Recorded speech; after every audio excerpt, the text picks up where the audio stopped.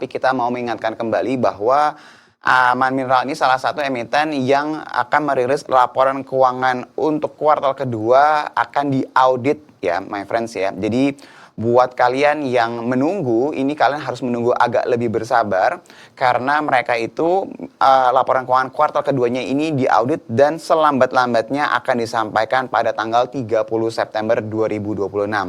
Kalau kalian bertanya apakah dengan mundurnya laporan keuangan ini, dengan diauditnya laporan keuangan ini, apakah akan berdampak terhadap pergerakan harga sahamnya? Seharusnya enggak ya, karena kalau misalnya kalian perhatikan beberapa hal, nanti saya akan bahas, itu yang harusnya akan menjadi katalis lanjutan untuk pergerakan saham Aman Mineral.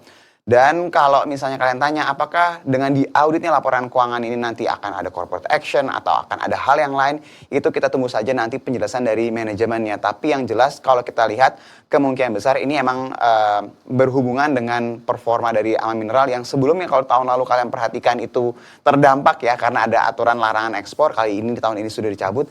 Jadi pasti ada perubahan yang cukup signifikan. Kita beberapa kali menceritakan bahwa adanya potensi turnaround story dari Aman Mineral ya my friends ya.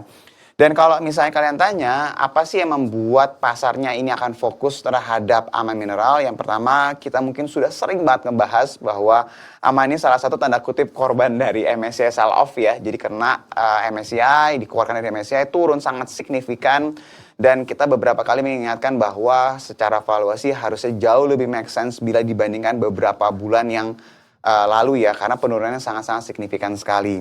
Dan yang kalian sering dengar juga, kita sering sekali mengkaitkan dengan cerita tembaga, karena Aman Mineral itu nggak hanya emiten yang menghasilkan emas, tapi juga menghasilkan tembaga yang punya cerita erat dengan cerita AI dan juga data center. Jadi ini juga kita beberapa kali menceritakan ke my friends juga bahwa narasi-narasi seperti ini normalnya bisa membuat suatu saham itu bergerak berbeda dibandingkan dengan indeks atau terhadap IHSG itu sendiri ya. Jadi kalian bisa perhatikan cerita-cerita seperti saat ini. Nah, yang mau kita angkat kembali di sini adalah mungkin beberapa hari terakhir ini kita cukup tanda kutip agak bawel ya mengingatkan bahwa ini kalau seandainya sekali lagi seandainya harga emas ini kembali bergerak lagi, kembali ke jalur momentum positifnya lagi, emiten seperti Aman Mineral ini harusnya akan diuntungkan dari keadaan tersebut. Jadi kalau kita lihat sejauh ini, tadi kan Iwan udah ceritain ya, secara teknikal harga komoditas emas itu kayak lagi di persimpangan ya, kayak lagi menunggu sesuatu. Jadi kalau sampai dia break di level atasnya itu harusnya akan memulai rally yang lebih panjang karena memang